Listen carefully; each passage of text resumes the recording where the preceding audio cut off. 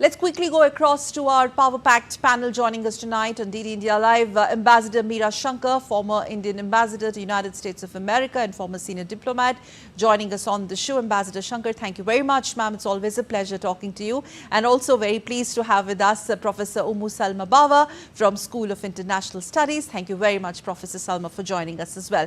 Ambassador, I would like to start with you, ma'am. So, strongly worded NATO declaration from Washington, D.C., pledging not only military support, budgetary support, monetary support, but clear-cut path for Ukraine's membership for NATO. But Hungary perhaps is one of the first countries to have opposed to it. So overall, how do you see the larger optics of the summit and the timings of the summit? Well, I think the summit sends a message that NATO is supporting Ukraine and is willing to step up its support. So I think the decisions here include a decision to provide 40 billion euro in military aid to Ukraine this year, but they haven't given a multi-year commitment. It's for this year. Secondly, that Ukraine is on an irreversible path to NATO membership. And thirdly, there's a decision for the US to deploy longer range missiles, including S-6 Tomahawk missiles and the under development hypersonic missiles in Germany. So overall, these are very strong messages. And in some sense, there is a concern that on both sides, there seems to be an escalation of the conflict, because these measures will make it more difficult, in a sense, to actually begin negotiations or even think of halting the conflict to give time for discussions. So it appears that there's some kind of an escalatory ladder, but there is some question mark because we don't know what the results of the US election will be. And if Trump wins the presidency, there could be a shift in policy, US policy on Ukraine. So one effort that Europe is making by saying that they will use the interest from the frozen Russian assets to provide this assistance to Ukraine is to Trump-proof, if you will, aid to Ukraine. But how, it will play out, we have to see whether Europe will defy the US under Trump and continue military aid to Ukraine, or whether it will fall in line with a revised Ukraine policy under Trump. Okay, revised Ukraine policy, Professor Salma, and how do you see the outcome of the Washington summit? And talking about America, the point that Ambassador Shankar raised, NATO has made it clear that this is going to be Stoltenberg, the outgoing NATO boss, saying that NATO is in America's interest, quote unquote. So 75 years of an alliance that was, 75 years back, the enemy at that point in time was the Soviet Union. And if you look at it 75 years later, the enemy is again back to Moscow being the target. That is a full circle when you look at it. In between these two end dates, a lot of history has flown by, a point of cooperation which has come and gone, and a new point of contestation has opened up between the West and Russia. I think there's a very clear, strong messaging, as Ambassador Meera Shankar also pointed out. NATO stands for deterrence and to defend, and I think that has been clearly put out. Second, if there was any idea that they will not come through to defend Ukraine, that kind of issue has been set aside by the four-point commitment which has been given, and it goes into the NATO document. So that is extremely important, notwithstanding what comes in November in terms of the American elections. But from now till that point in time and till the inauguration of the next president in January of next year, there is still many, many months, and those many months are going to be very crucial as military infrastructure, very enhanced, and potent air defense gets across to Ukraine. I think what NATO has put across in collective way, and I think we also need to emphasize here for our viewers, is that two new countries have also joined lately, countries which have historically and traditionally been neutral, that is Finland and Sweden. Yes. And that means there is a changed dynamics about the security landscape in Europe. And that is going to have larger implications, because if you read what the NATO summit did, along with the strategic document, the strategic concept which they adopted in 2022, it's a very clear messaging. The Indo-Pacific has come in, and they talk about security linked in the regions. So we are looking at, conflict and contestation with a big C, which is going to happen. Yeah, And even that the current declaration talks about Indo-Pacific, and with that, I would just, Ambassador Shankar, your reaction to it.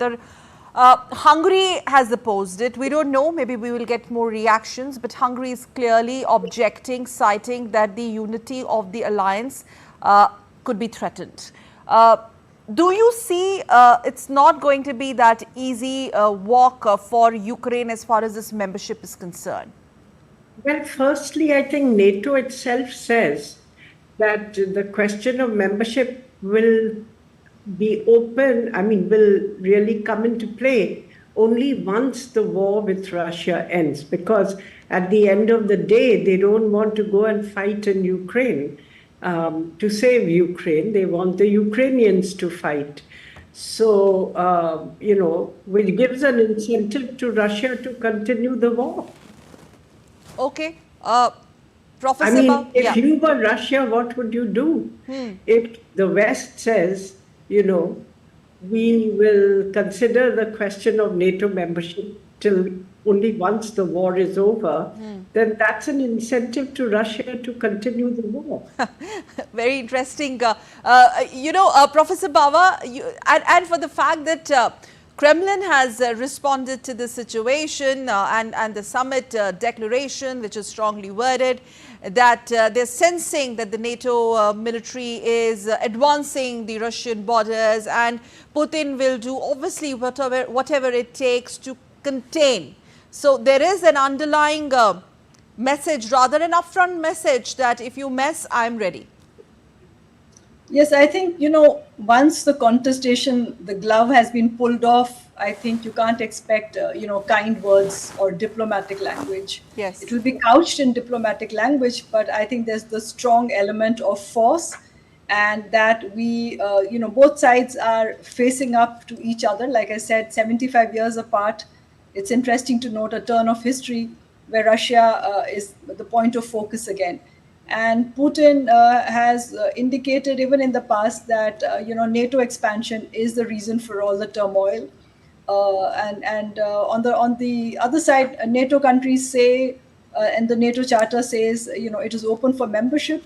Nothing in international law prevents countries from coming together and creating an alliance. So that stands as it is. But one can't forget, the long shadow of history falling across over here. And on the terms of, membership, I think there are two things. Membership is a promissory note at this point. To be, redeemed and delivered is going to take a very, very long time. Okay. Because Ukraine will have to come through, and first the war has to get over. Hasting that would mean that, the NATO is at war with Ukraine. In fact, Russia will now read the new NATO summit declaration as actually the West has actually now come into war, because there is a pledge for long-term security assistance. There is a pledge for, security training also, which will be done. So this is going to be, you can't prevent the other side from how they should interpret or read the document. So this is actually going to see a kind of escalation, and one would have to see, the consequences which is going to. So it is going to create a domino effect in terms of what it means for security and what it means for commitment, and the fact that everybody actually has to get on board.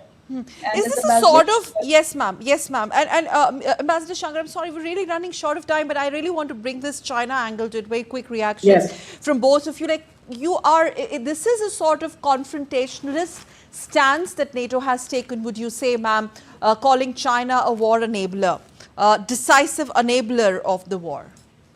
Well, I think that, for a long time, NATO has really not looked at the Indo-Pacific very closely as being tied to their security. And in this declaration, they have looked at two aspects.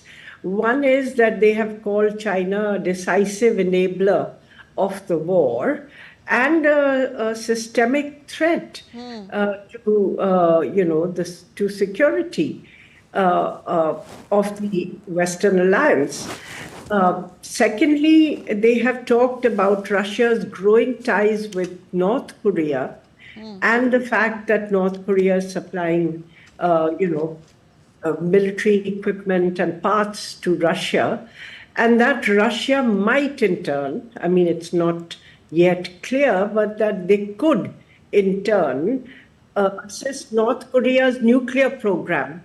So, these two elements, they say, it show or, demonstrate that NATO's security is also intimately connected Okay. to Indo-Pacific security. Okay.